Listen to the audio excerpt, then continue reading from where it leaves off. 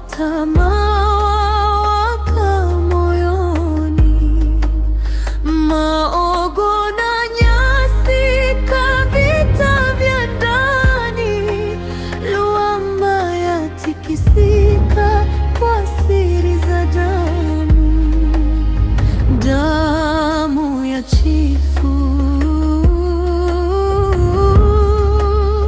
damu ya chifu.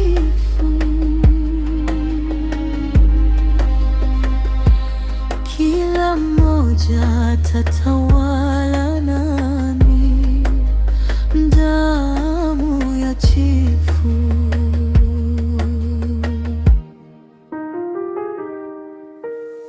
Chifu mkubwa analinda enzi, lakini kivulini usaliti wa malkia, vikao vya siri nyuma ya moto. Mioyo ya watu imejaa hofu, huzuni, mtoto wa porini, alama mgongoni.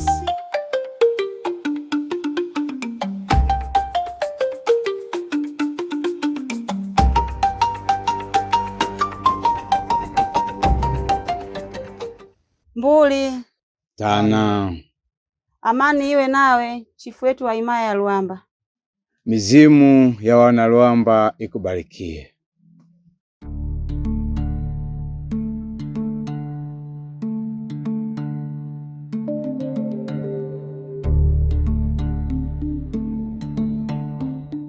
Mtukufu chifu wangu, nimetengeneza hii pombe kwa mikono yangu mwenyewe.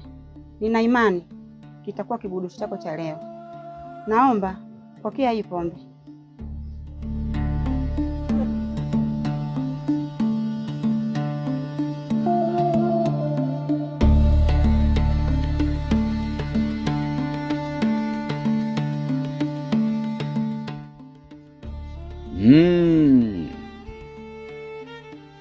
Hongera malkia wangu.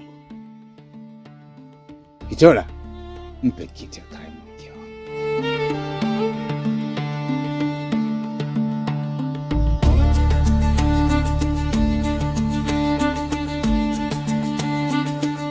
Karibu malkia wangu.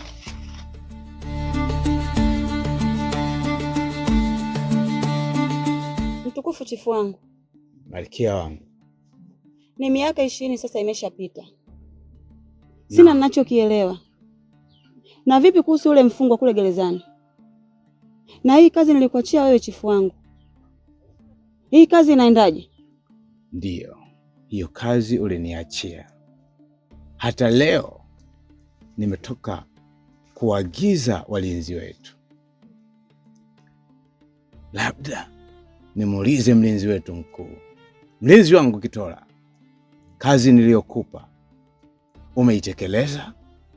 Chifu wangu, nimejaribu sana kupambana kadri ya uwezo wangu. Msimamo wake upo pale pale. Mtoto kamtoa sadaka mtoni. Lakini nikutoe hofu chifu wangu. Mimi pamoja na mwenzangu kula kwenda, tutapambana kadri ya uwezo wetu. Tuhakikishe anazungumza ukweli wote. Amini hilo chifu. Malkia wangu, naona unasikia. Sasa kama hataki kuongea, kwa nini tusimuue kabisa? Malkia wangu, shusha jazba. Kila mwana himaya ya Luamba ana haki ya kuishi. Acha ajieleze, ndipo tutoe hukumu.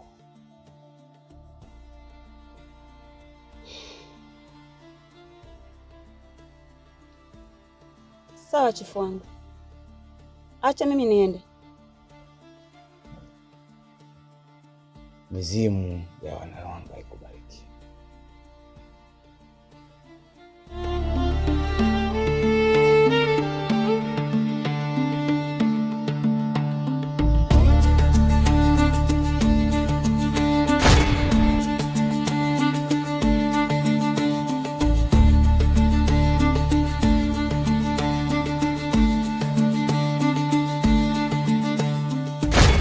Damu ya chifu.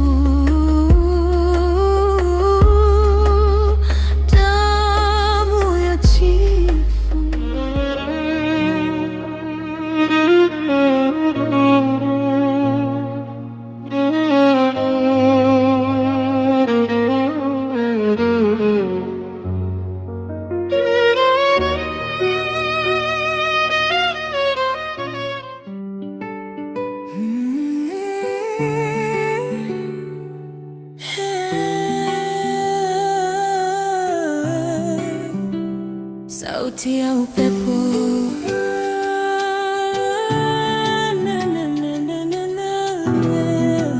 Malimba yanacheza pole pole, nimesimama kando ya njia, jua lanipiga, moyo watulia. Sina kelele, sina haraka, lakini roho yangu inaangaza. Macho yangu hayasemi sana, lakini yana hadithi za ndani. Nimetulia kama bahari, lakini ndani kuna mawimbi. Sikuiti, lakini unasogea. Sikukamata, lakini unakaribia.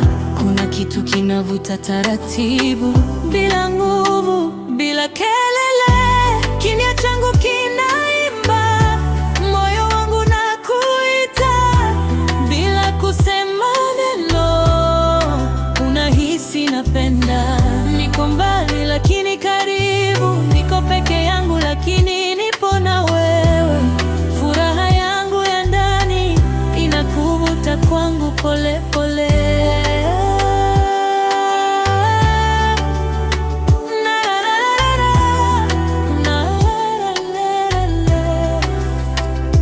Nacheza na upepo mdogo, miguu chini, roho juu.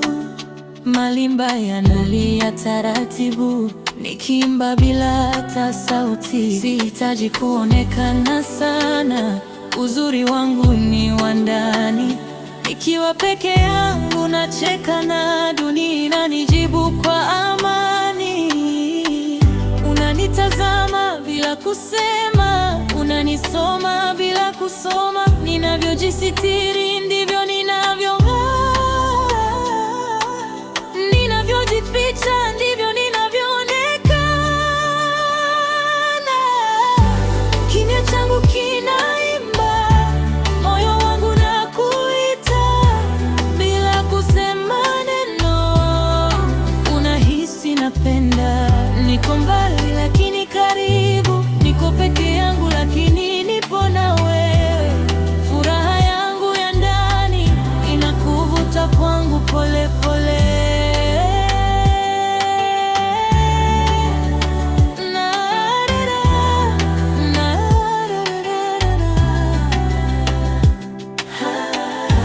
Niko kama ndoto ya mchana, unaniona lakini hunishiki.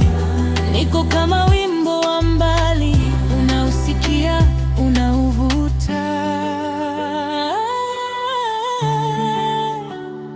Kimya, lakini kina nguvu. Upendo umejaa taratibu, malimba zinapungua pole pole.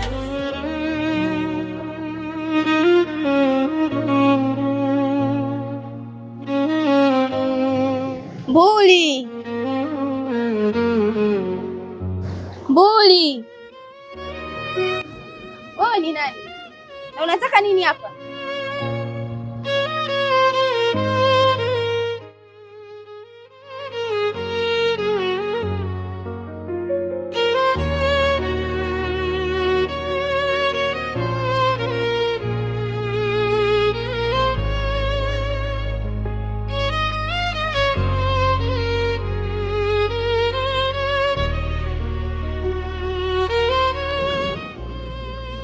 Mbona sijawahi kukuona kabla? Wewe ni miongoni mwa walinzi wapya wa chifu?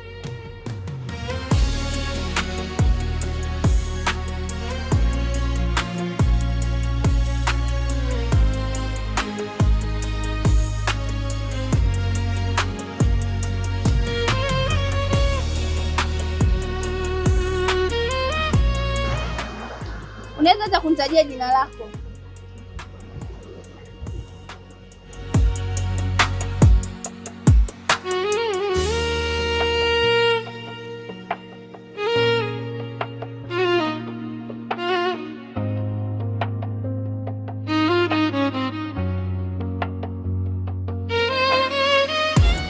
Ni mtu wa ajabu, lakini anavutia sana.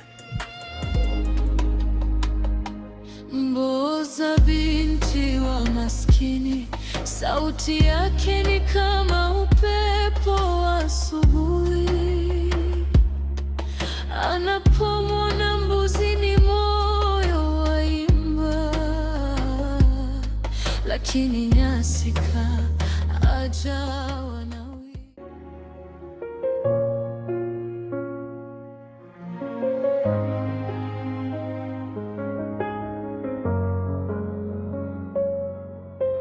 Mbole Tana. karibu sana chifu wangu. Pole sana Maguruka kijana wangu kwa kufiwa na babako aliyekuwa mtabiri wangu mkuu. Ujio wako kwangu ni faraja kubwa sana kwa hichi kipindi ninachopitia. Nimekuja hapa kwa sababu babako alituachia usia. Alisema baada ya yeye kuondoka, wewe ndiyo utakayekuwa mtabiri.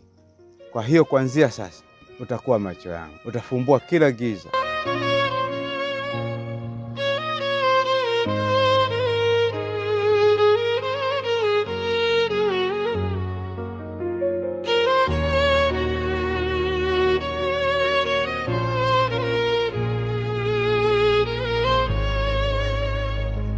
Asante sana chifu wangu. Kuanzia leo utakuwa unavaa hili vazi, na jioni ya leo tutakwenda mzimuni kusimika rasi. Karibu katika himaya ya Wanaluamba. Luamba, damu ya chifu, moto wa madaraka, siri za kale zinaamka. Damu ya chifu inalia usiku, moto wa tamaa waka moyoni, maogo na nyasi.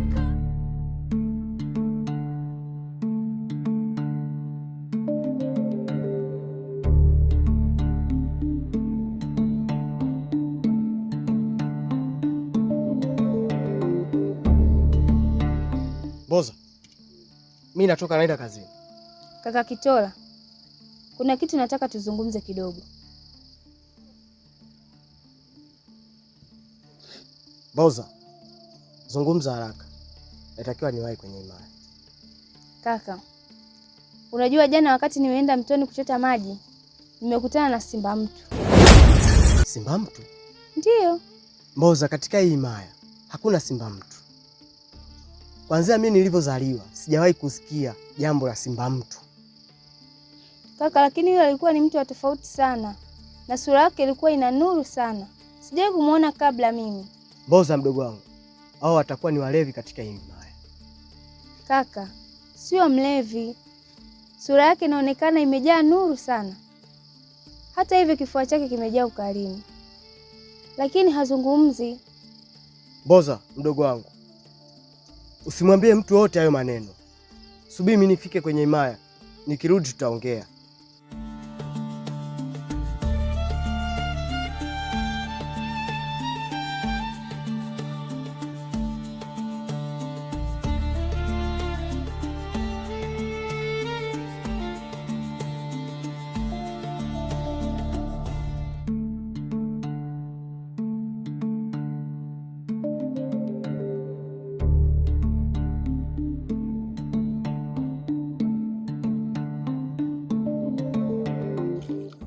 Maogo mwanangu, nimekuleta huku, nina kitu kizuri sana nataka nikwambie, lakini ni cha siri, na ndio maana sikutaka mlinzi yoyote anilete huku, na wewe ndio maana nilikwambia usije na mlinzi hata mmoja.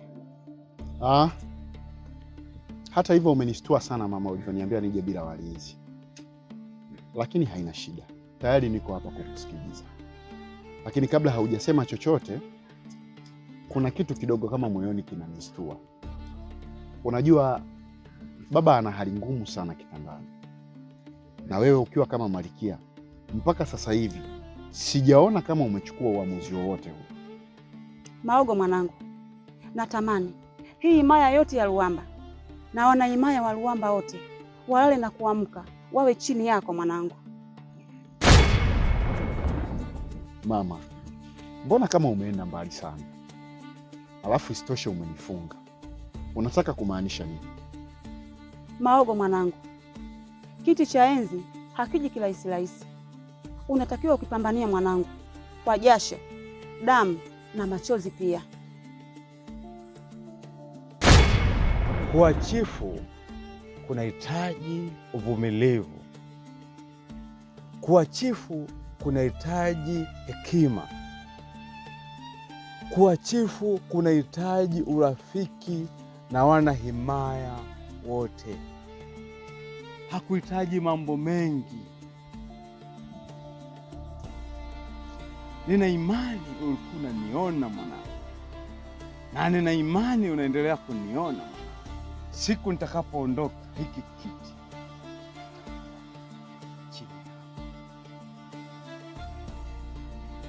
nina imani sina mtoto mwingine zaidi ya wewe. Wewe ndo mtoto wangu wa pekee na mtoto wangu kipenzi, moyo wangu kupendaye. Nimekuelewa sana baba yangu mpenzi. Mimi ni kuahidi nitaendelea kunguruma kama simba msituni. Kiti kitakuwa sehemu salama kama siku hautakuwepo. Imani yako ipo mikono salama. Lakini watu husema ili mtu kuwa chifu lazima achaguliwe na mizimu. Unasemaje wewe? Mimi ndio mama yako. Nikisema kitu huwa nimesema na sitaki tena kurudisha nyuma. Nadhani utakuwa umenielewa. Hivi unajua mimi jinsi gani nimepambania mpaka ukale kile kiti? Siwezi kupingana na amri yako mama. Kama nilivyotii kufika hapa, nitafuata kila utakachosema. Siwezi kukuangusha kabisa mama. Mambo si ndio hayo mwanangu. Unataka kupita kona za nini? Haina shida. Mimi acha niende. Nikuombe leo niwe mlinzi wako, malkia wangu. Chifu mkubwa analinda enzi, lakini kivulini usaliti wa malkia. Vikao vya siri nyuma ya moto, mioyo ya watu imejaa hofu. Uzini mtoto wa porini, alama mgongoni. Kidawa rafiki yangu, asante sana kwa kunisuka, maana leo najiona nimependeza. Usijali rafiki yangu, hiyo ndo kazi yangu, na siku nyingine ukitaka nije nikusuke nitakusuka, ila ukija usisahau kuniletea na mahindi yangu. Wewe na unapenda vitu vizuri, ila kwa kuwa nimekuahidi nitakupatia. Sawa.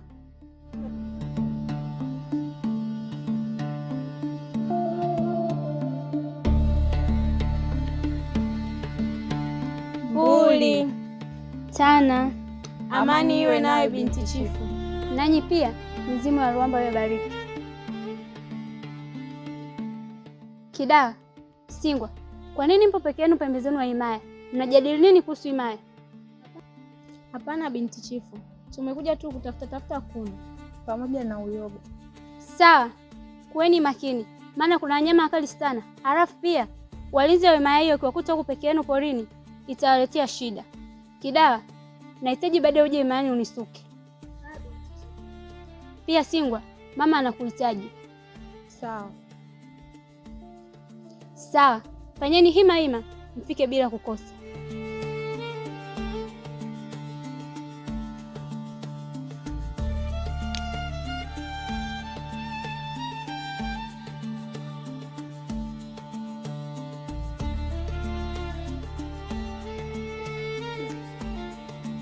Kidawa, mbona wito kwa chifu unaniogopesha? Rafiki yangu Singwa, usiwe na wasiwasi. Wenda unaitoa jambo zuri, maana malkia anapomuita mwanaima yake itakuwa kuna jambo zuri anataka kumwambia. Kwa usiwe na wasiwasi sana. Sawa, basi tufanye mpango tena. Sawa, muda ukifika nitakupitia, tutaenda.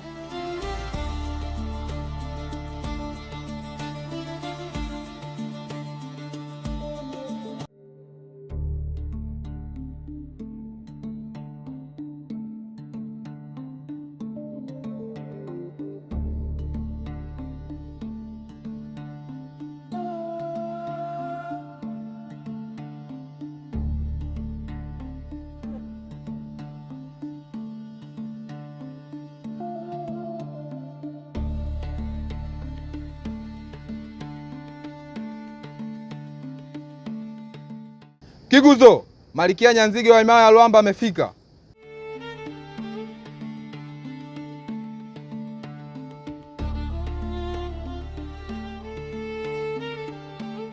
Mboli. Tana.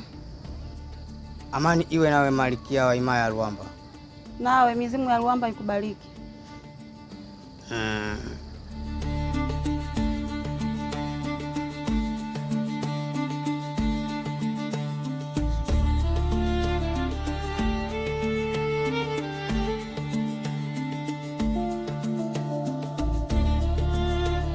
Malkia, mbona ujia kwa ghafla sana? Kwema Imayani? Imayani kwema au sio kwema? Simba mzee bado anaunguruma, hali ya kuwa yuko hoi sana kitandani. Malkia, vile vitu nilivyokupa mwanzo ulivifanya kama nilivyokuagiza? Nimefanya kama ulivyoniagiza, lakini bado Simba mzee anaunguruma, hali ya kuwa yuko hoi, na mimi simuhitaji kabisa kwenye msitu wangu. Sijui tunafanyaje? Malkia, mambo mazuri hataki haraka haraka. Mimi nilifanya vile ili mambo yawe taratibu taratibu. Tukifanya kwa haraka haraka, wanaimaya atakushtukia. Kwa hiyo ni lazima mambo yaende taratibu taratibu. Sijui unanielewa Malkia? Itakavyokuwa na iwe vyovyote, lakini simuhitaji kwenye msitu wangu. Sawa Malkia.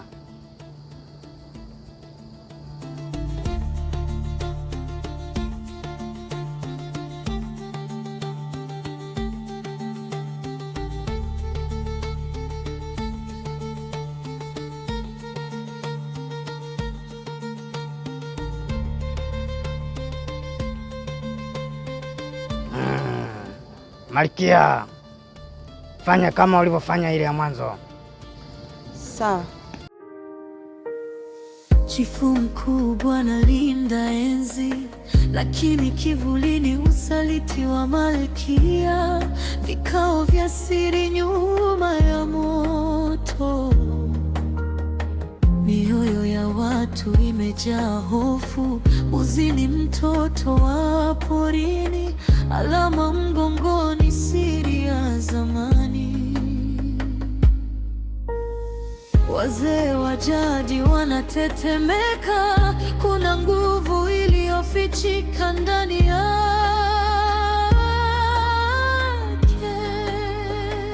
Ngoma zapigwa usiku wa giza.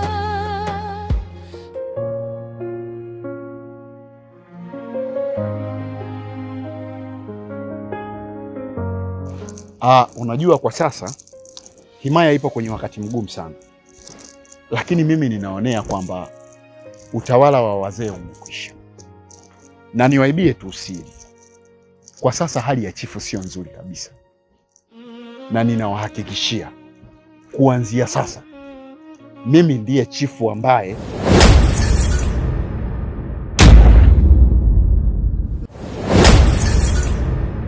damu ya chifu inalia usiku, moto wa tamaa waka moyoni, mioyo ya maogo na nyasi, kavita vya ndani, Lwamba yatikisika.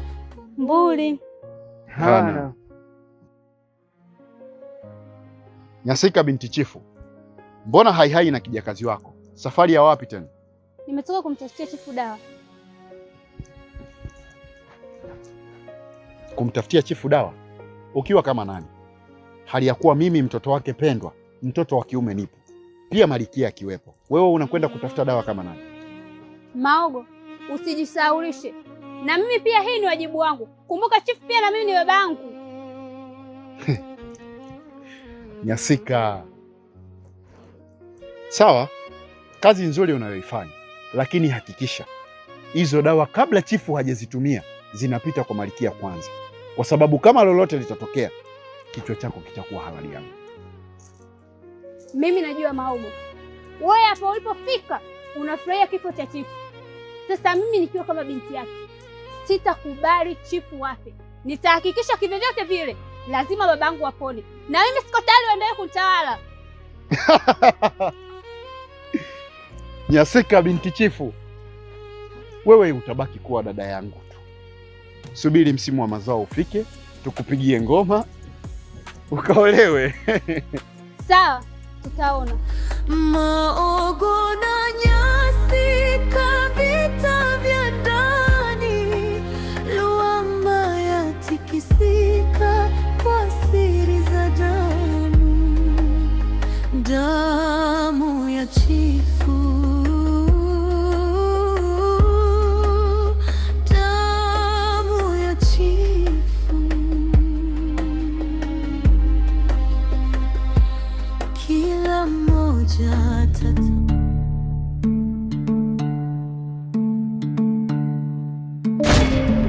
damu ya chifu, damu ya chifu. Mbuli Tana. amani iwe naye binti chifu. Nanyi pia mizimu ya Luamba iwabariki.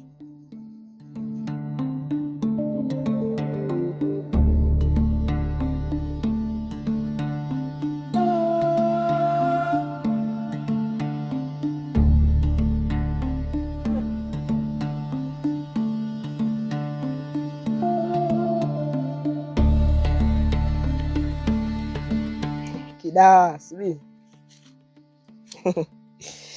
Kidawa. Sunga, embo ongea haraka haraka, muda unaenda, tunatokea kuwahi nyumbani. Sawa, ila najua maana wewe dada yangu ukikaa unawasukasuka watu, usijaja kusema mimi haka sitakuwepo. Ila dada, unajua kuwa chifu Emayi anaumwa? We Sunga wewe. Mimi sijasema, wewe ndio umesema. Maana dada yangu unajua mimi mbea tena mbea. Unajua kuwa wewe mbea. We hizo habari umezitoa wapi? Dada, upo himaya gani hadi leo hujui? Mimi ni Sunga, himaya yote inanijua. Mimi ndo mbea wa himaya. Eti mbea himaya. Himaya yote inamjua Sunga ni nani. Ndege akiruka, wanyama wakiunguruma, Sunga na tamba ulingo wangu. Dada, upo katika himaya gani hadi leo hujui kuwa chifu anaumwa? Ujui? We Sunga wewe. Hizo habari wewe umezitoa wapi? Na sisi wanaimaya mbona hatujui? Nashangaa hadi leo kuwa eti wanaimaya wote hatujui kuwa chifu anaumwa. Ila sawa, tutajua. Dada, We Sunga wewe. Huo umbea wako na hizo habari zako za uongo, kitakachokuja kukukuta mimi simo. Usinihusishe. Nakwambia kabisa usinihusishe. Kwanza tuondoke nyumbani. Sunga, twende.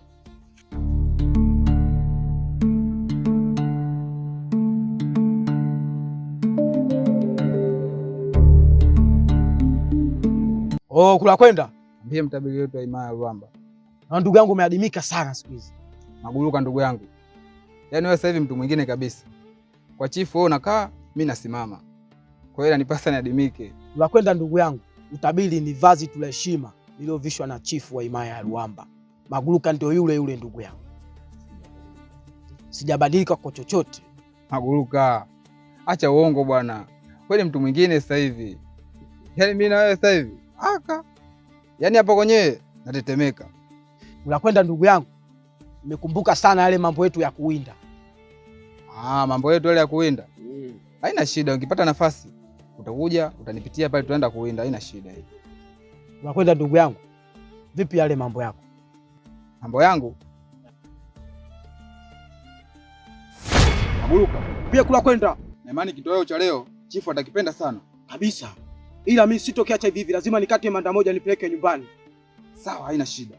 Lakini angalia usije ukakata manda kubwa bwana. Sitokata manda kubwa. Kumbuka ule msitu ni hatari sana. Kwa hiyo tumefanya kazi sana kupata hichi kitoweo. Kwa nitakata kidogo mwanangu, nikaonje na mifuta. Mbuli.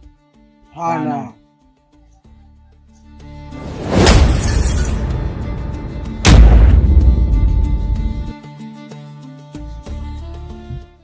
Maguluka.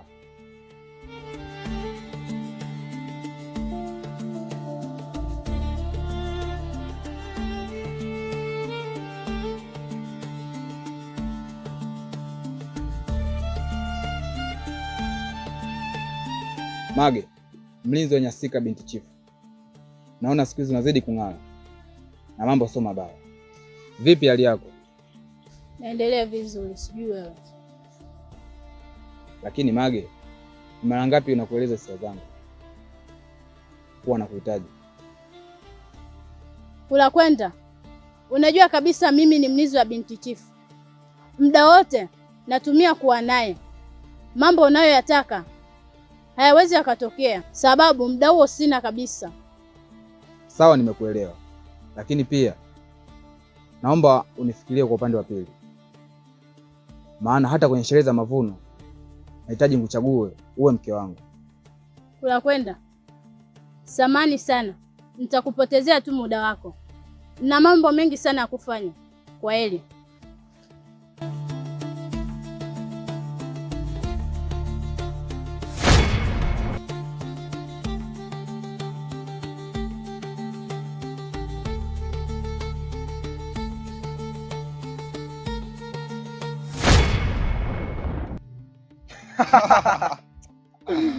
Oya Kula kwenda. Nambie Maguluka. Yule mimi nishajana naye ndugu yangu. Maana naona mambo mengi yani. Nikipita hivi anatokea huku, nikitokea huku anapita hivi. Kwa hiyo nikamwona achana naye.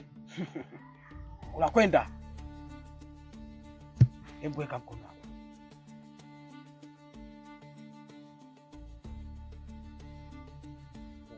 Unaweza ukatoa. Unakwenda ndugu yangu? Mage ni wa kwako. Hawezi kuwa na mwingine katika himaya ya Ruamba zaidi yako wewe. Sikate tamaa mapema. Mage bado ni wako.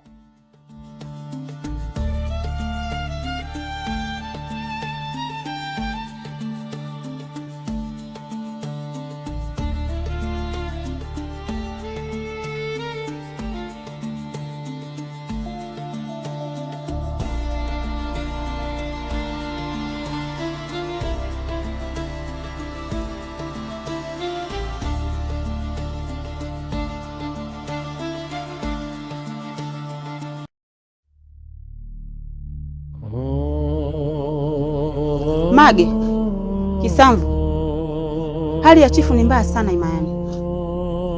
Hivyo basi, Mage, nataka uende sasa hivi kwa mtabiri ukamwambia afanye hima afike ngomeni bila kuchelewa. Sawa mtukufu Malikia. Mage,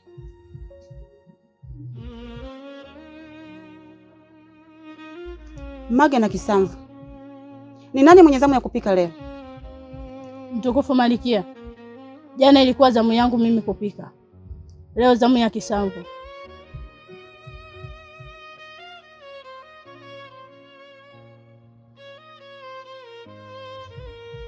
Kisamvu. Malikia.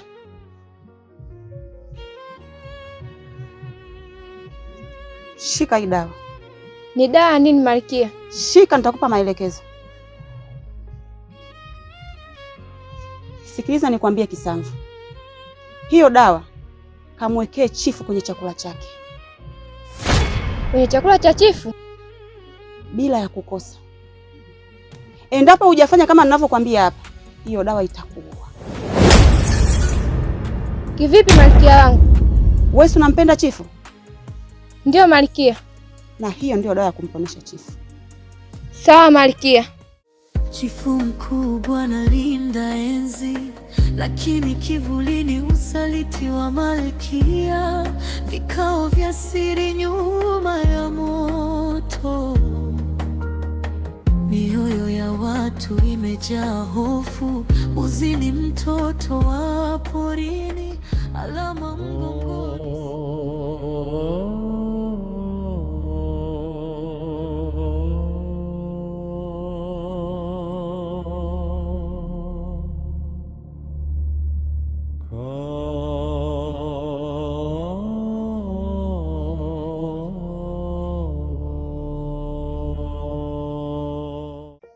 Mtabiri, sema ukweli. Nyota zinasemaje kuhusu chifu? Atapona au kitu kiko wazi? Malikia, sioni nuru kwenye macho ya chifu. Naona mawingu ya kitanda na kiza kinene usiku wa leo. Naiona roho ya simba mzee ikipaa na kukiacha kiti kikiwa na damu. Leo usiku? Ina maana muda umekwisha?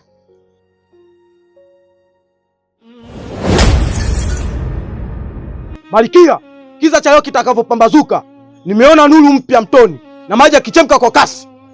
Lakini mtabiri, ina maana umeshindwa kumsaidia baba yetu kabisa? Maogo, hichi kiti kina mambo makubwa sana. Mdako bado haujafika kukalia kiti.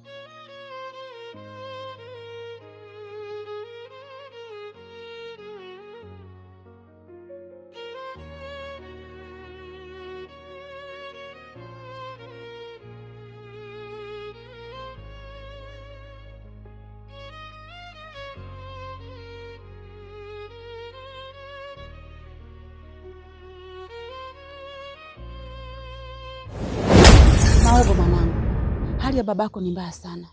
Lolote linaweza kutokea muda wowote na saa yoyote.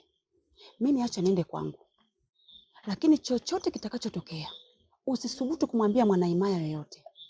Ita walinzi tu mpaka taratibu zitakapokuja kufanyika. Wewe kukalia kiti, nadhani utakuwa umenielewa. Sawa sawa Malikia, nimekuelewa. Maneno yako kwangu ni sheria, nitafuata kama utakavyo. Sawa, mimi acha niende kwangu.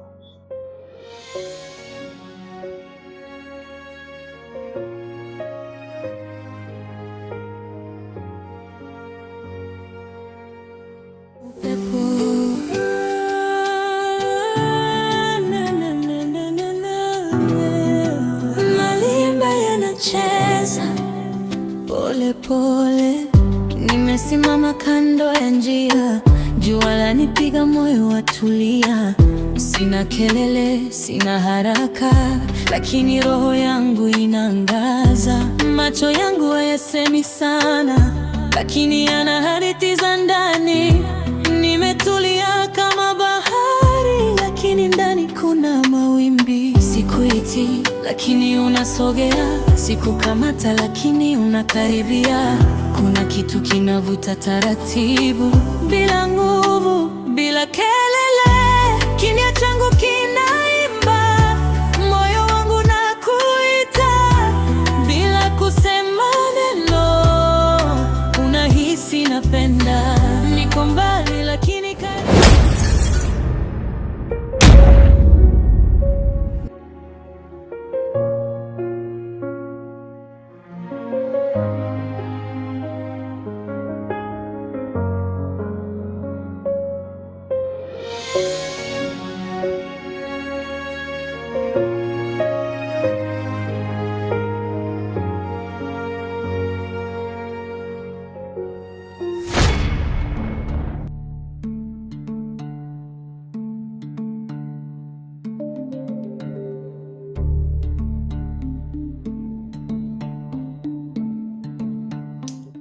Kidawa, rafiki yangu, hivi unajua mambo yanayoendelea kwenye himaya hii sielewi kabisa. Kwa nini tena rafiki yangu? Nilisikia wito wa Malikia, lakini alichoenda kuniambia sijakielewa. Kwani amekwambia kitu gani? Eti ananiambia nijiandae kuwa Malikia wa himaya hii.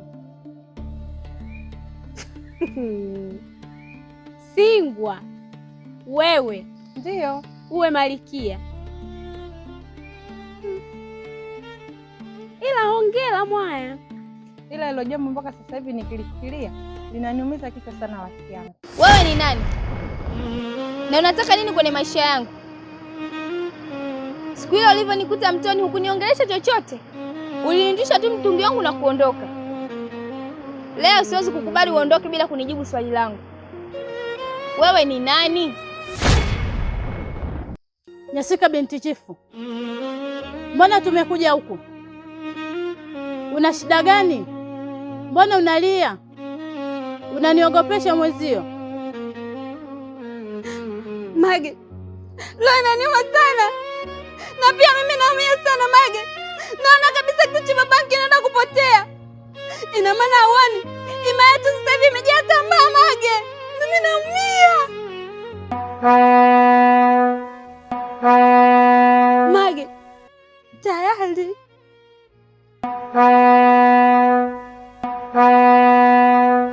Naona leo Simba mzee anaenda kupaa sasa. Pumzika kwa amani baba yangu. Damu ya chifu inalia usiku.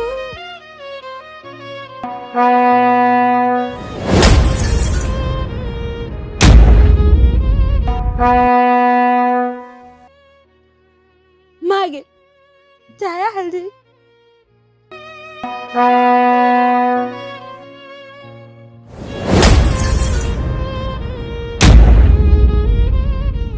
Kidawa, mbona ni ishara mbaya hii? Kweli ni baragumu. Hata mimi Sunga kuna maneno aliniambia. Aliniambia kuwa chifu anaumwa. Inaweza ikaa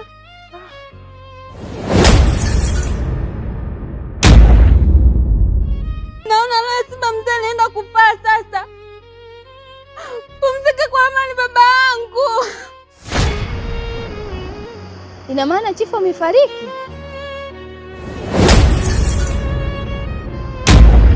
Hapana, haiwezi kuwa kweli.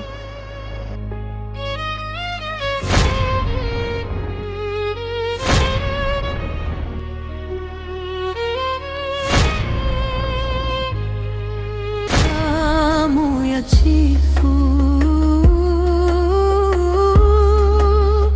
damu ya chifu.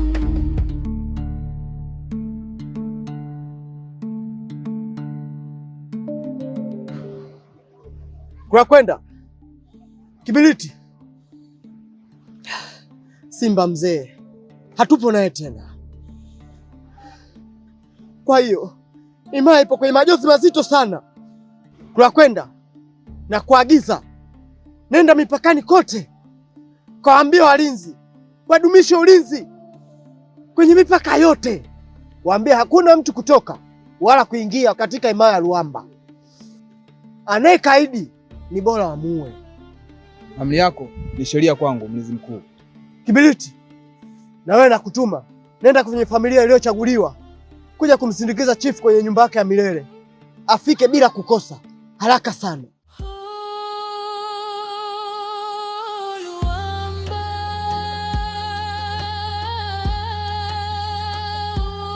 Damu ya mababu, usiku wa giza wafika, hatima ya enzi yafungumba.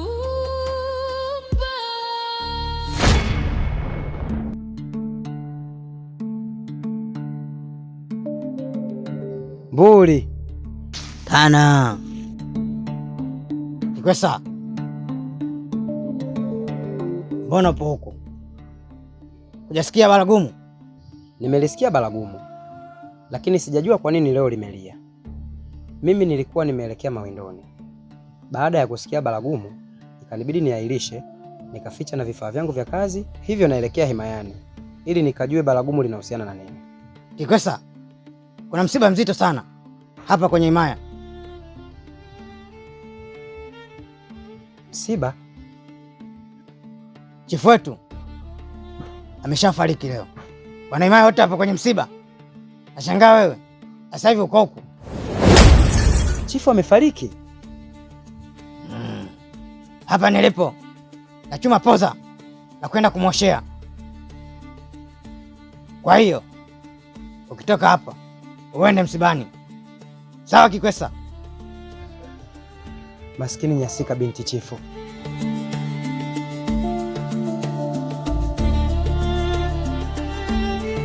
Mzimu wa chifu, mzimu wa simba ule pale na uona. mzimu wa chifu, mzimu wa simba ule pale nauona.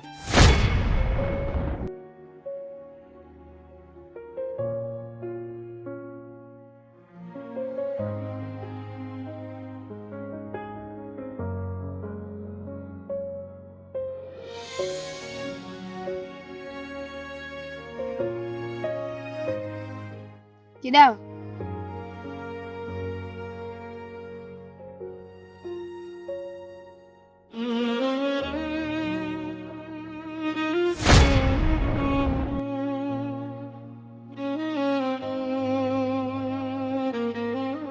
Kidawa, najua una huzuni sana rafiki yangu, lakini kwa nini ukae huku peke yako saa hizi? Mimi nilitegemea labda utakuwa kwa chifu. Mbuli Tana, Kidawa, Mboza, hamjasikia baragumu? Baragumu tumelisikia, hata mimi nipo njiani kuelekea kwa chifu. Mnaonaje tukaongozana? Kidawa, tuongozane mwenzetu, twende. Hapana Mboza, mimi natakiwa kwenda nyumbani, niende nikajiandae, maana nilikuwa na Singwa kule kwenye kuni, amerudi nyumbani kwao, kwa hiyo natakiwa niende nikampitie, twende wote. Kidawa, kwenye tukio kubwa kama hilo unataka kumsubiria Singwa? Ongozana na sisi, Singwa atakuja tu mwenyewe. Hapana Mboza, siwezi kuchelewa, maana nguzo iliyodondoka ndio nguzo kila mwanaimaya alikuwa anaitegemea. Kwa hiyo siwezi nikachelewa na kuja muda sio mrefu. Tasifu, twende. Sawa. Damu ya chifu, moto wa madaraka, siri za kale zinamka. Damu ya chifu. Yaani chifu, umeondoka bila hata ya kujua ukweli. Ukweli watu unaenda kuzikwa ndani ya kaburi la chifu? Hapana, siwezi kukubali. Vita vya ndani, luamba ya tikisika kwa siri za damu. Damu ya chifu, damu ya chifu. Yaani wewe mwanaume, nimekutaka kwa nini mwanaume gani?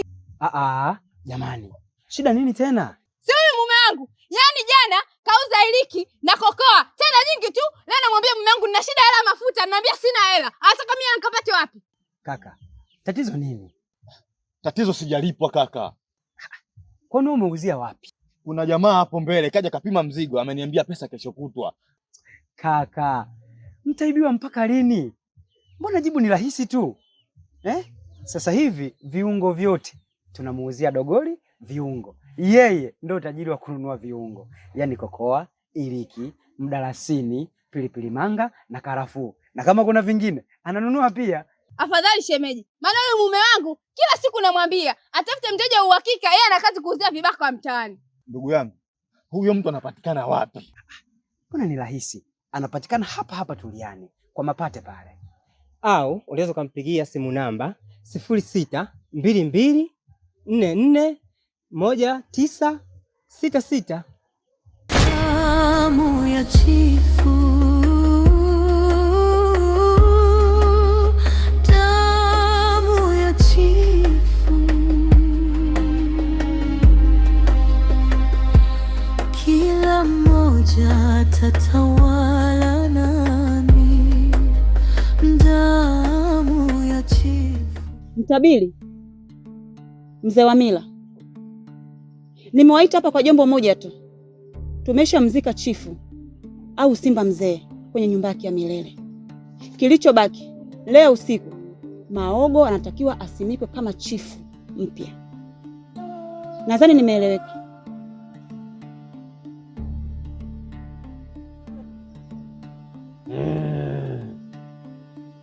Ni kweli kabisa Malkia.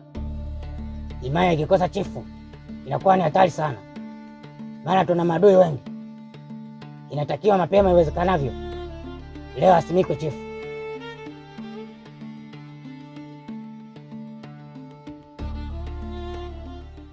Fumbwe fumbwe mwana madelemula fumbwe, kadegeja ulembo fumbwe, mwana madelemula fumbwe, kadegeja ulembo fumbwe. Fumbwe fumbwe mwana madelemula fumbwe, kadegeja ulembo fumbwe, mwana madelemula fumbwe, kadegeja ulembo fumbwe, mwana madelemula fumbwe, kadegeja ulembo fumbwe. Fumbwe fumbwe mwana madelemula fumbwe, kadegeja ulembo fumbwe, mwana madelemula fumbwe, kadegeja ulembo fumbwe. Fumbwe fumbwe mwana madelemula fumbwe, kadegeja ulembo fumbwe, mwana madelemula fumbwe, kadegeja ulembo fumbwe. Fumbwe fumbwe mwana madelemula fumbwe, kadegeja ulembo fumbwe, mwana madelemula fumbwe, kadegeja ulembo fumbwe, mwana madelemula fumbwe, kadegeja ulembo fumbwe, mwana madelemula fumbwe, kadegeja ulembo fumbwe, mwana madelemula fumbwe, kadegeja ulembo fumbwe, mwana madelemula fumbwe.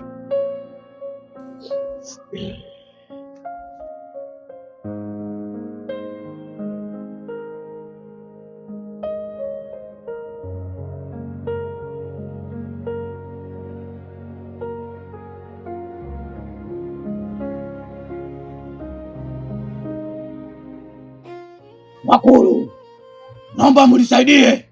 Kijana yenu Maguluka. Nimekuja hapa. Nahitaji msaada wenu.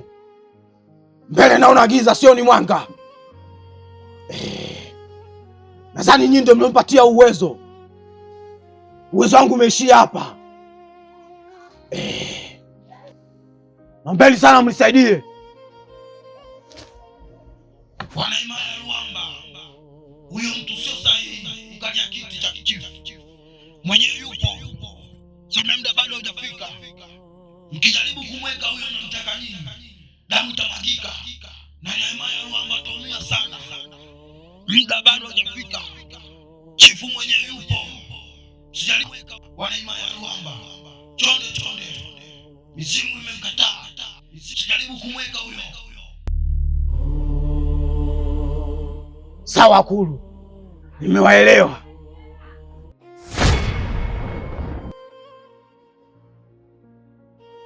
Malikia, simamisheni sherehe ya maogo siku ya leo. Nimeona mbingu zikipasuka na nimeona maji mtoni yakibadilika na kuwa damu. Malikia, visima vimekauka na hali zimekataa kupokea miguu ya chifu mpya.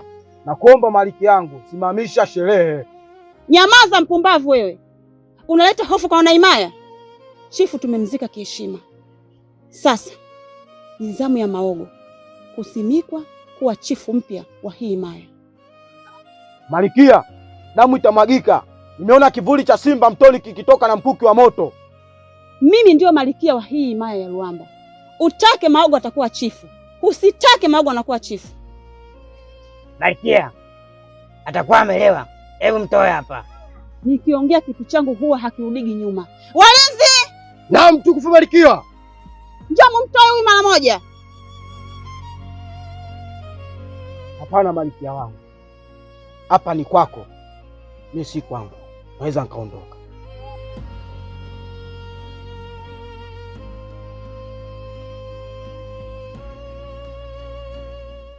Na wewe upo kama yule au?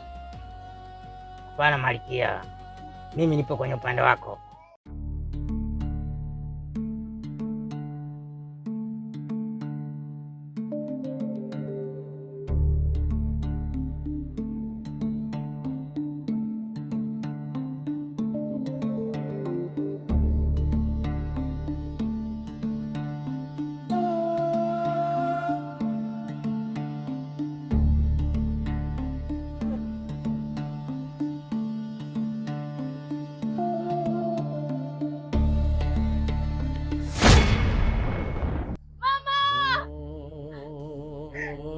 Msaada!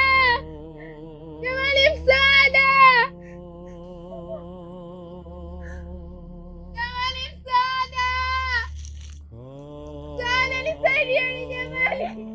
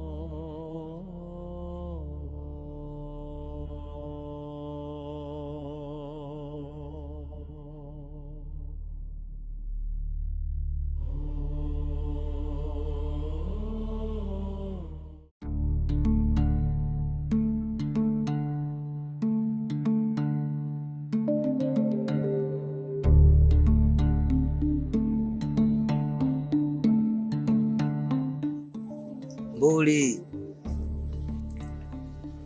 Tana. Amani iwe nawe Malkia Luamba. Nanyi mizimu ya Luamba iwabariki.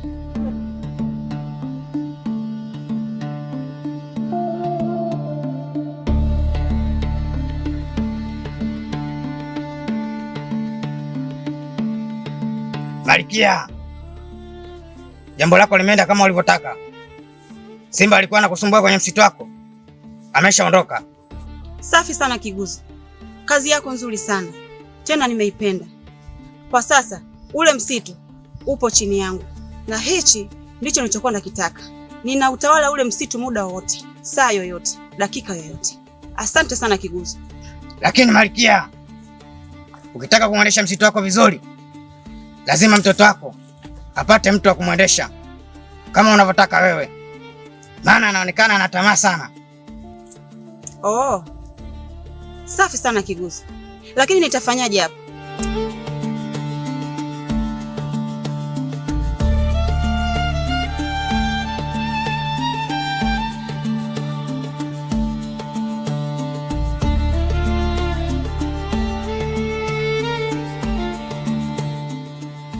Nimekuelewa.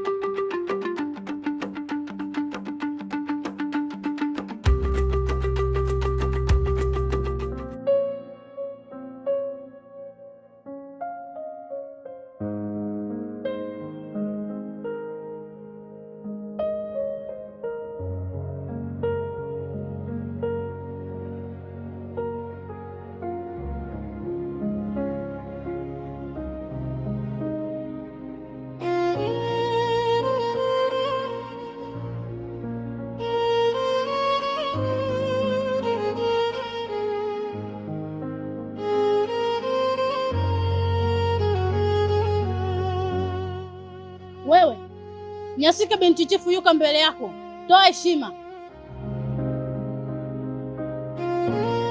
Wewe unashindwa nini kuinama mbele ya mtoto wa chifu? Sinaongea na wewe, nipe heshima yangu kama mtoto wa chifu. Kwa nini unijibu? Una ulimi?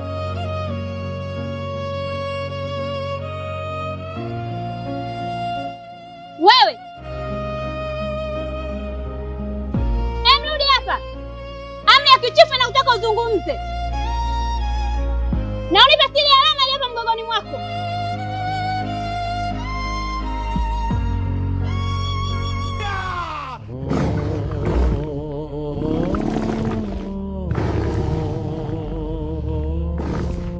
Damu ya chifu inalia usiku, moto. Na unipe siri ya alama iliyopo mgongoni mwako.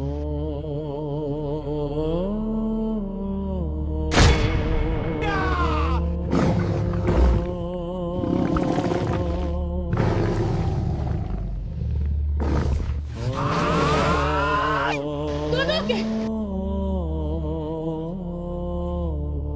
Damu ya chifu,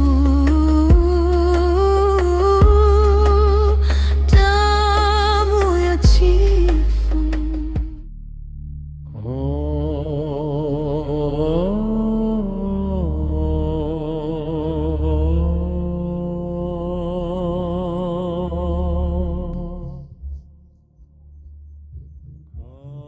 wazimu, wakulu, nagamba hii za kijana yenu Maguluka, naonga munikaulile anga kimsimike chifu mpya wa himaya ya Luamba.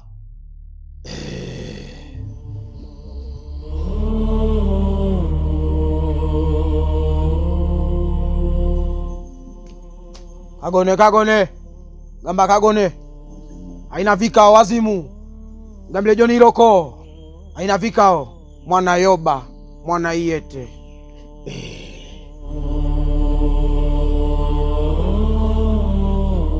Malikia, utaratibu wetu na mizimu ya Luamba inahitajika kijanako Maogo aungulume amwite Simba. Endapo Simba akitokea, mizimu imemkubalia kukalia kiti cha kifarume. Maogo mwanangu, muonyeshe mtabiri mwanangu, muonyeshe kama unastahili kukalia kile kiti. Baba, unguruma baba, hata kama kidogo tu mwanangu. Nipe moyo mama yako.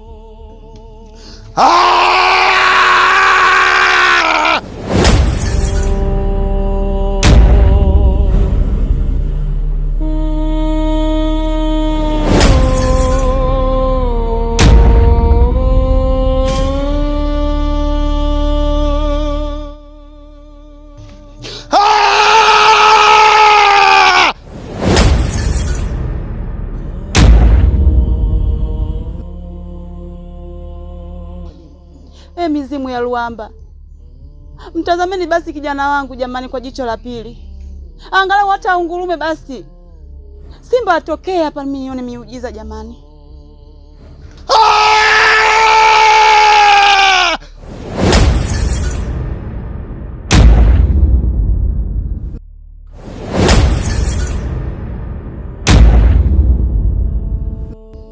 Maogo, fanya kitu baba. Fanya kitu mwanangu, kinachowezekana chochote. Malikia, nadhani mwenyewe umeshuhudia mwanao Maogo kaita Simba mara 3 hajatokea. Kwa hiyo mimi sina vikao, mwana Yoba mwana Iyete. Hapana mtabiri, mpe nafasi ya mwisho basi.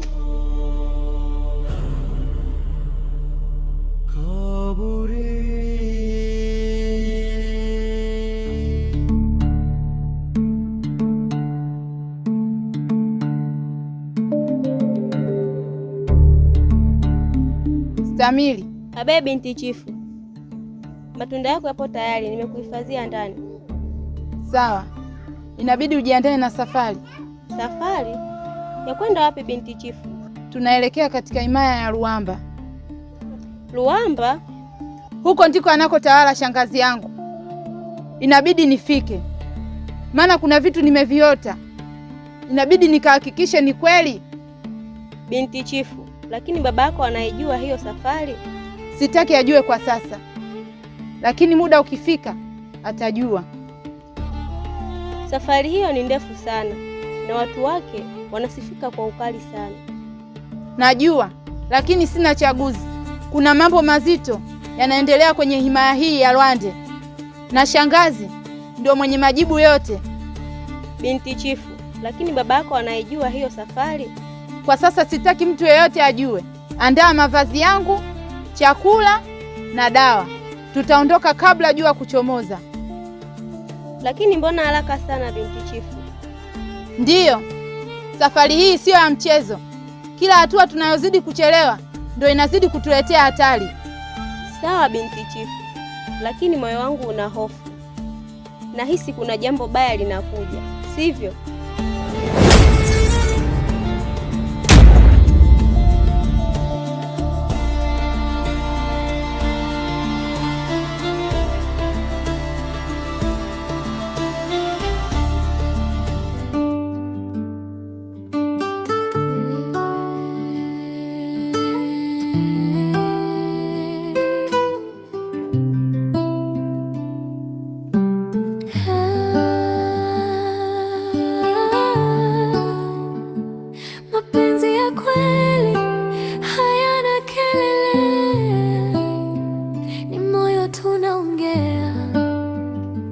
kijijini hapa, chini ya maji yanayovuma, na kuona kila siku, moyo wangu una huruma. Tabasamu lako lanifanya niote, lakini kimya chako kinafanya niteseke. Najaribu kukusalimia kwa macho, we unageuka kama usikii nisemacho. Nini ni kosa langu au ni bahati mbaya? Moyo wangu upo kwako, usinitende vibaya. Mbona unijibu au unisikii?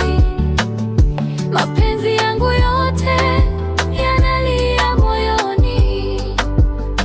Nimekuchagua wewe hata bila maneno, lakini ukimya wako wanipa masomo.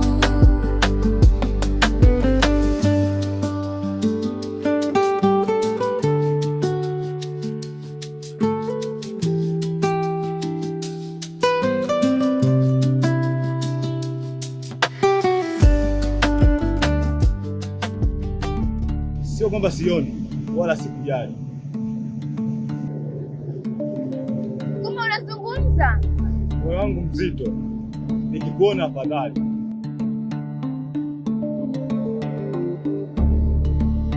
Ukimya wangu ni maisha halisi niliyoishi.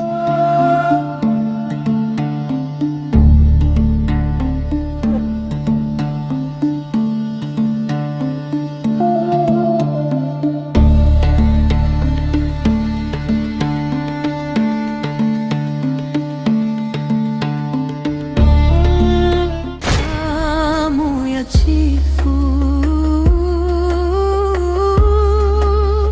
damu ya chifu. Yaani wewe mwanaume, nimekucheka.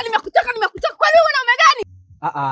Jamani, shida nini tena? Si huyu mume wangu. Yaani jana kauza iliki na kokoa tena nyingi tu. Leo namwambia mume wangu nina shida hela mafuta, ananiambia sina hela. Hata kama mimi nikapate wapi? Kaka, tatizo nini? Tatizo sijalipwa kaka. Kwani umeuzia wapi? Kuna jamaa hapo mbele kaja kapima mzigo, ameniambia pesa kesho kutwa. Kaka, mtaibiwa mpaka lini? Mbona jibu ni rahisi tu Sasa hivi viungo vyote tunamuuzia Dogoli viungo. Yeye ndio tajiri wa kununua viungo, yaani kokoa, iliki, mdalasini, pilipili manga na karafuu, na kama kuna vingine ananunua pia. Afadhali shemeji, maana huyu mume wangu kila siku namwambia atafute mteja wa uhakika, yeye ana kazi kuuzia vibaka wa mtaani. Ndugu yangu, huyo mtu anapatikana wapi? Mbona ni rahisi, anapatikana hapa hapa Tuliani kwa Mapate pale, au unaweza kumpigia simu namba 0622441966. Damu ya chifu, damu ya chifu.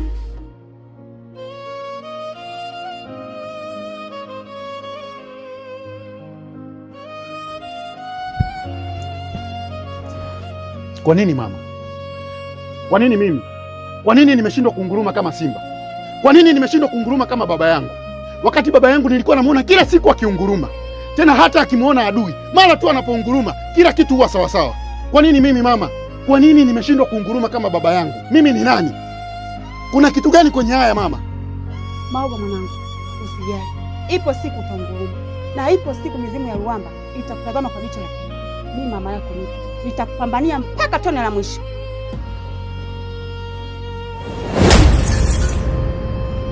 Mama hawezi kunguruma kama simba, kwa sababu kwenye imani ya Ruamba simba ni mmoja tu, na simba mwenyewe yupo msituni.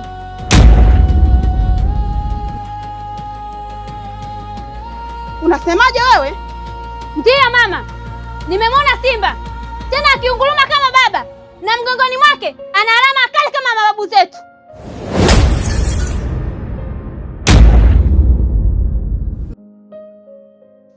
Najua hakuwahi kunipenda hata mara moja.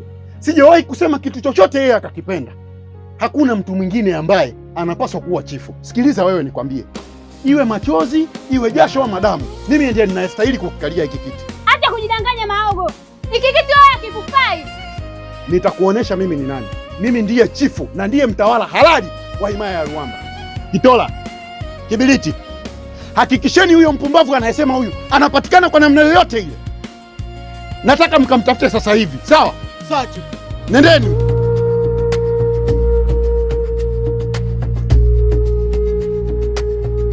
Maogo mwanangu, mimi mama yako nilishakuahidi kukupambania na nitakupambania mpaka tone langu la mwisho.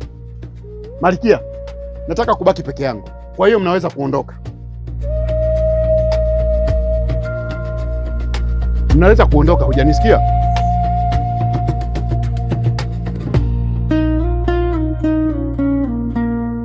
Ya chifu, moto wa madaraka, siri za kale zinamka. Damu ya chifu inalia usiku, moto wa tamaa waka moyoni. Maogo na nyasi kavita vya ndani. Mboza, nakuona mrembo wa himaya, sijui kulikoelekea wapi? Naenda huko juu kuchuma mboga. Mboga? Si unajua tena, nyumbani mimi ndo dada, mimi pia ndo mama. Au basi Mboza, niibe basi hata kidogo.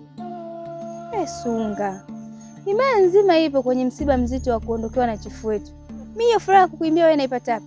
Mboza, msiba tayari tumeshazika, hadi leo bado una imani hiyo ya msiba? Ila Mboza, ile siku ile msituni niliwaona. Umeniona msituni maana yako nini? Ila angalia, maana yule haongei. Nilijua tu.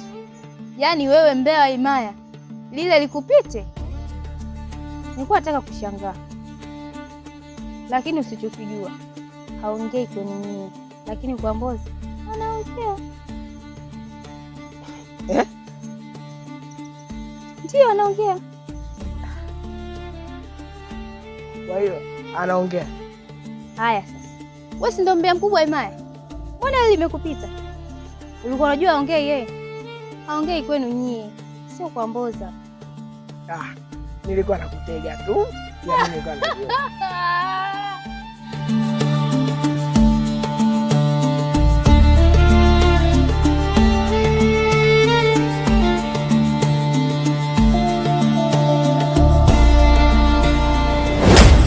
Malkia, umekuja kutafuta nini kwenye vumbi la maskini? Kiti cha mtoto wako Maogo kishakuwa kizito? Au damu ya chifu inatafuna himayani? Nyamaza Kiguzo. Sikuja hapa kwa ajili ya mahubiri. Nimekuja hapa kwa jambo moja tu. Ninahitaji mtabiri wangu afe mara moja bila kuchelewa. Mtabiri?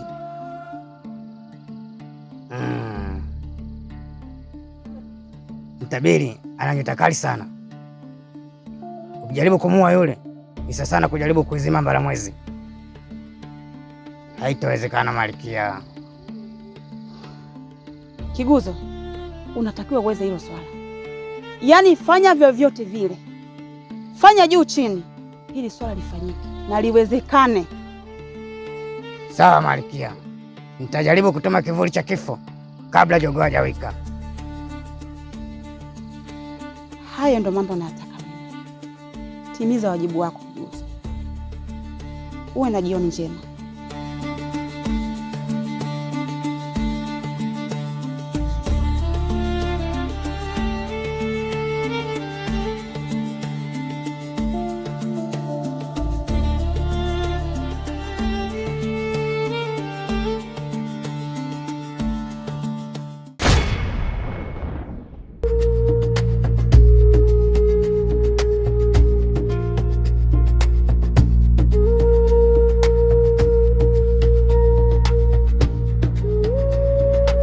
Kibiriti, hivi sisi tuna akili kweli? Kutwa nzima tunazunguka tu msituni kumtafuta simba mtu. Hata tukimwona huyo simba mtu mwenyewe hatuwezi kumjua. ila ni kweli kwa jinsi tulivyopambana, tulivyohangaika, hatujaona hata mtu, na hata tukimwona tutamjuaje? Kiberiti, inatakiwa turudi ngomeni. Ila chifu atatuelewa kweli? Kiberiti, hiyo habari chifu ya kutuelewa tuachane nayo, kwa sababu tukienda tutamwelezea yote tuliyofanya huko, lazima tuelewe tu. Sikiza Kitola, tukaendelee kumtafuta, tunaweza tukarudi afu chifu akatugeukia. Kiberiti, tutazunguka hadi saa ngapi? Angalia mwenyewe, kuanzia mchana hadi saa hizi tunazunguka tu, hakuna mafanikio yoyote tunayopata. Turudi Imayani. Sawa.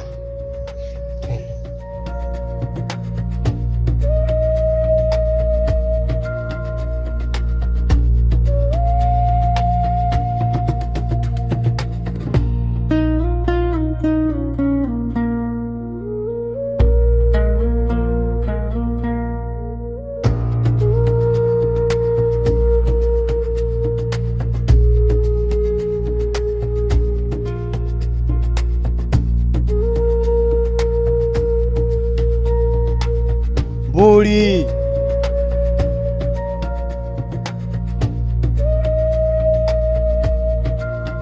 Tana. Amani iwe nawe Malikia mtukufu wa himaya ya Ruamba. Nawe mizimu ya Ruamba ikubariki sana. Mtukufu Malikia, nimeagizwa Chifu Maogo, unahitajika ngomeni. Kisamvu, kafanya kazi yako kama nilivyokuagiza. Sawa Malikia.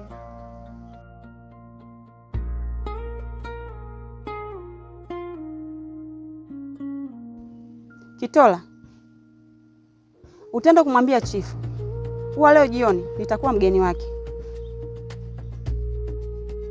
Kitola, ni muda mrefu sana tangia tukutane mimi na wewe. Kwa hiyo leo umekuja, ninashukuru sana kwa ujio wako. Hivyo basi, naomba tu uingie ndani. Mtukufu Malikia, ni muda mfupi sana umepita tangu tumpoteze chifu wetu. Nilizani utakaa na kuomboleza kifo cha chifu.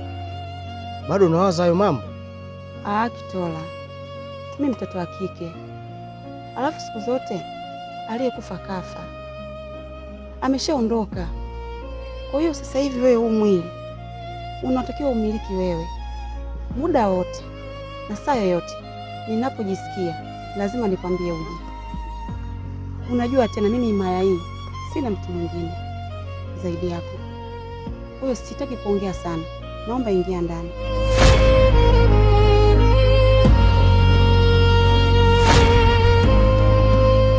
Damu ya chifu inalia usiku. Kitola, utaenda kumwambia chifu kuwa leo jioni nitakuwa mgeni wake. Kitola, ni muda mrefu sana tangia tukutane mimi na wewe. Kwa hiyo leo umekuja, ninashukuru sana kwa ujio wako. Hivyo basi, naomba tu uingie ndani. Mtukufu Malikia, ni muda mfupi sana umepita tangu tumpoteze chifu wetu. Nilizani utakaa na kuomboleza kifo cha chifu. Bado unawaza hayo mambo? Kitola, mimi mtoto wa kike, alafu siku zote aliyekufa kafa, ameshaondoka. Kwa hiyo sasa hivi wewe huu mwili unatakiwa umiliki wewe muda wote na saa yoyote. Ninapojisikia lazima nikwambie uje. Unajua tena mimi himaya hii sina mtu mwingine zaidi yako. Kwa hiyo sitaki kuongea sana, naomba ingia ndani.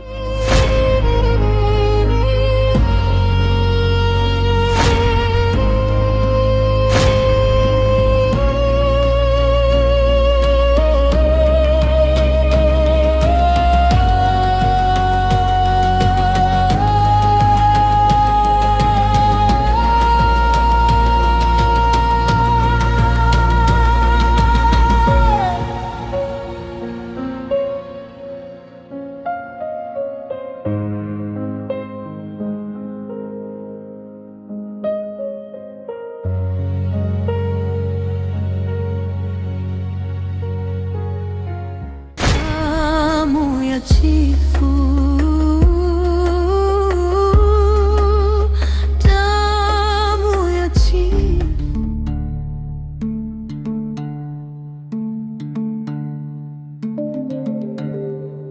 Siamini macho yangu wala masikio yangu, kwa sababu akiwa na sisi haongei, ila akiwa na Mboza anaongea.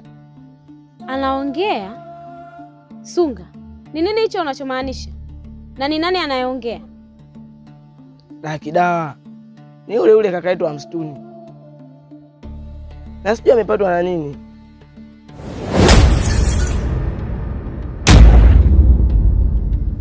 We Sunga, hii siri yetu ikigundulika tutaishije mbele ya Malikia? Na naogopa pia, kwa sababu ile siri ya muda mrefu inaenda kufichuka. Sijui maisha yetu yatakuwa wapi. Sikia ngwambie mdogo wangu, hizi taarifa naomba usimpe mtu yoyote. Subiri mimi nimtafute, nijaribu kuongea naye. Na sijui kwa nini anaongea. Ila sawa, tuondoke.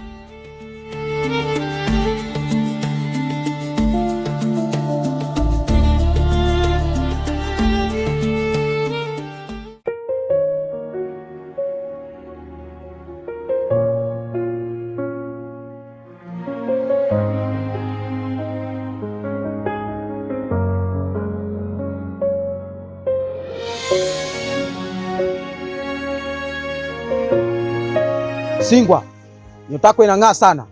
Mafanikio yako mbele yako. Wanapotakiwa kutumia akili, tumia hisia. Kuwa makini. Mtabiri, naomba unisaidie. Singwa, mimi si mtabibu. Kazi yangu ni kuona yaliyokuwa gizani. Unaweza ukapita.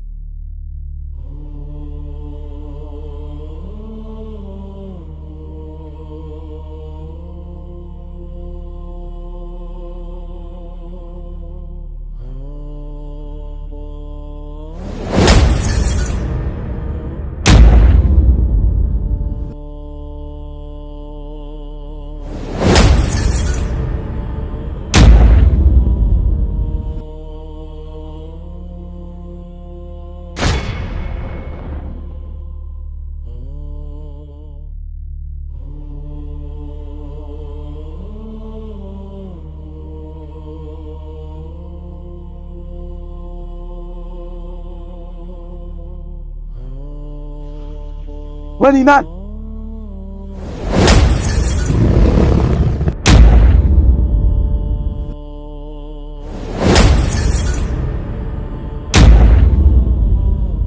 Amani wewe naye chifu wa himaya ya Luamba. Kwa nini unajificha? Himaya nakuhitaji kwa sasa.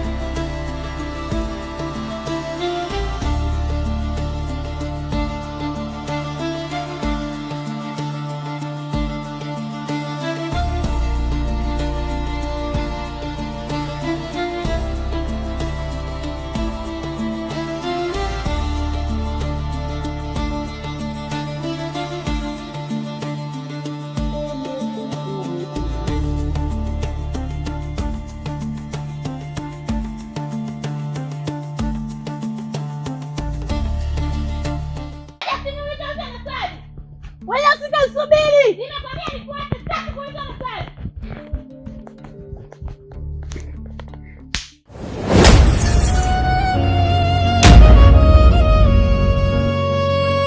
Nyasika, unajaribu kunipiga hali ya kuwa mamako kanipa maagizo utakiwi kwenda kokote. Mage, nimeshakwambia tangu tunatoka nyumbani nifuate, kwa nini endelea kuuliza maswali? Nyasika, hii ni amri ya Malikia, kasema utakiwi kwenda kokote, ubaki tu ndani. Wewe unaenda wapi? Mage, yule ni Malkia na mimi ni nani kwako? Haijalishi Nyasika, unatakiwa ubaki mayani. Haijalishi. Sasa nisikilize, ukiweza utanifuata na ukitaka utarudi ulipotoka.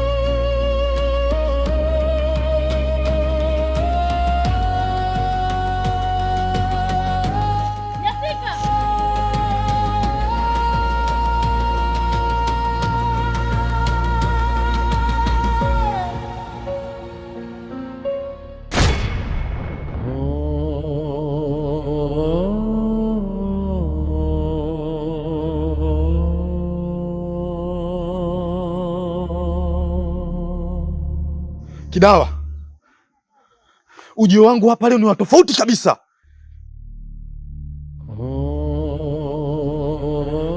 Nina maswali ya msingi ya kukuuliza. Nataka kufahamu, nimechoka kuwa kivuli cha msitu. Kwani mimi ni nani Kidawa? Mbuzini, kuna mambo mengi unapaswa kuyajua, lakini muda bado, na mimi sielewi nianzie wapi.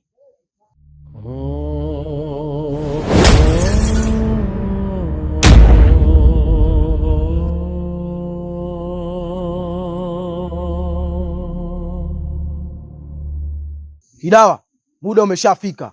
Anapaswa kujua kama yeye ni nani na kwa nini anaishi msituni.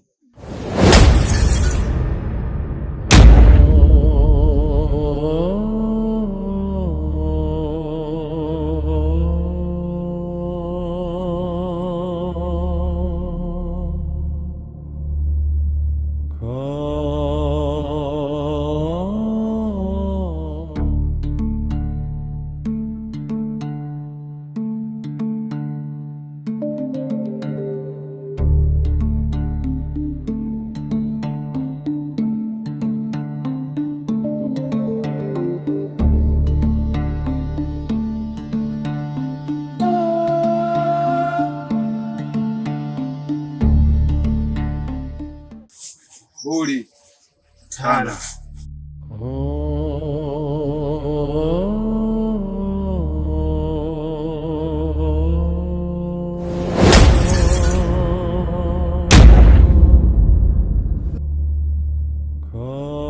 Kibiriti, kula kwenda. Nataka mfanye mnavyofanya. Hakikisheni huyo mhaini mnamfikisha ngomeni sasa hivi, sawa sawa? Chifu, sawa, tunakwenda. Tunaweza kukuacha peke yako, halikuwa hauna ulinzi wowote. Kibiriti, kamwe simba hawezi kuogopa msitu wake. Usisahau, kabla sijawa chifu nilikuwa askari, tena askari muwindaji. Hivyo hakuna pori, kichaka wala msitu wowote kwenye himaya ya Ruamba ambao haufahamu sauti yangu ni kunguruma. Kwa hiyo wala hampaswi kuwa na wasiwasi na mimi. Nyie nendeni mkafanye nilichowaagiza. Lakini chifu, kumbuka tuna maadui wengi sana na inaweza ikaleta hatari tukikuacha peke yako. Kula kwenda. Kibiriti, ninachohitaji huyo mhaini afikishwe ngomeni sasa hivi. Mimi ni simba, kuunguruma kwenye msitu wangu ni kawaida, wala sihitaji ulinzi wowote ule. Sawa sawa? Ondokeni sasa hivi. Maogo na nyasi, kavita vya ndani, Ruamba yatikisika kwa siri za damu, damu ya chifu, damu ya chifu.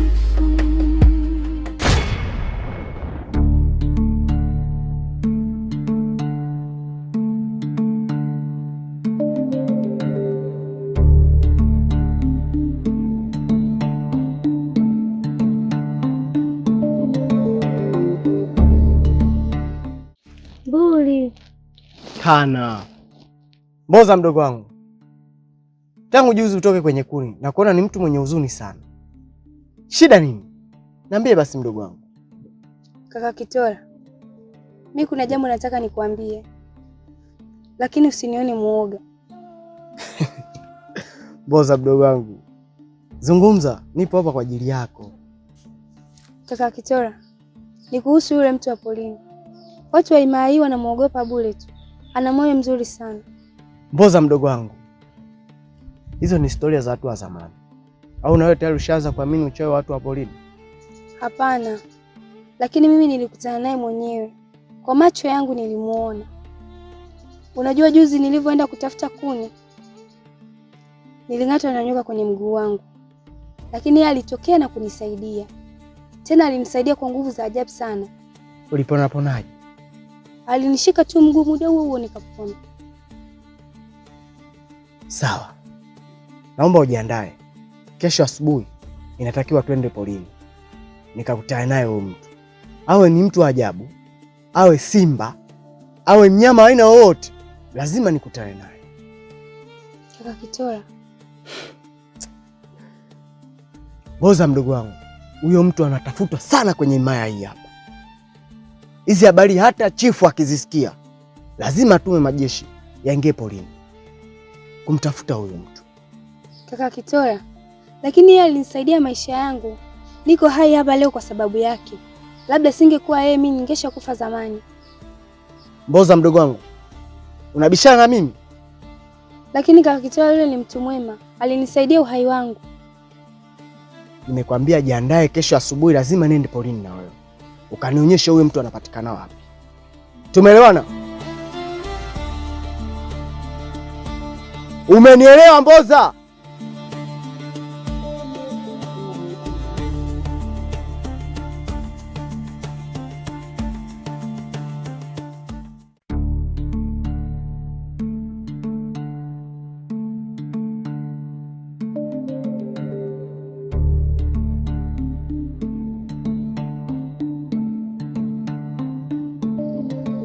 Mbuli.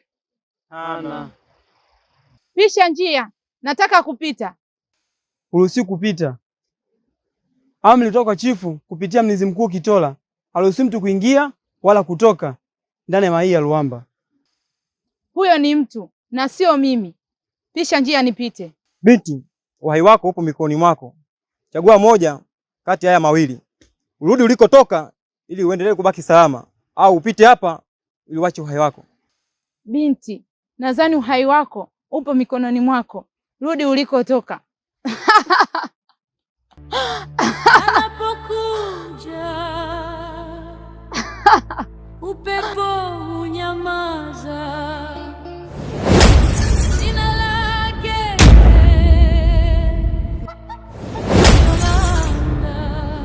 Amani iwe nanyi, walinzi wa himaya ya Ruanda.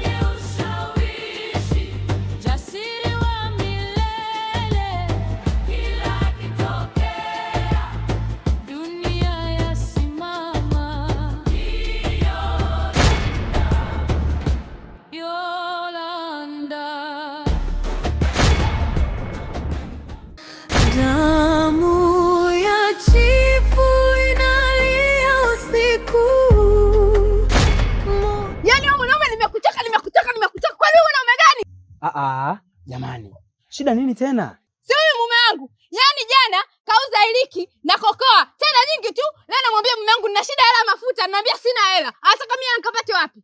Kaka, tatizo nini? Tatizo sijalipwa kaka. Kwani umeuzia wapi? Kuna jamaa hapo mbele kaja kapima mzigo, ameniambia pesa kesho kutwa. Kaka, mtaibiwa mpaka lini? Mbona jibu ni rahisi tu. Sasa hivi viungo vyote tunamuuzia Dogoli viungo. Yeye ndio tajiri wa kununua viungo. Yaani kokoa, iliki, mdalasini, pilipili manga na karafuu. na kama kuna vingine ananunua pia. Afadhali shemeji, maana yule mume wangu kila siku namwambia atafute mteja wa uhakika, yeye ana kazi kuuzia vibaka wa mtaani. Ndugu yangu, huyo mtu anapatikana wapi? Mbona ni rahisi, anapatikana hapa hapa Tuliani kwa Mapate pale, au unaweza kumpigia simu namba 0622441966. Damu ya chifu, damu ya chifu, kila mmoja atatawala nami, damu ya chifu.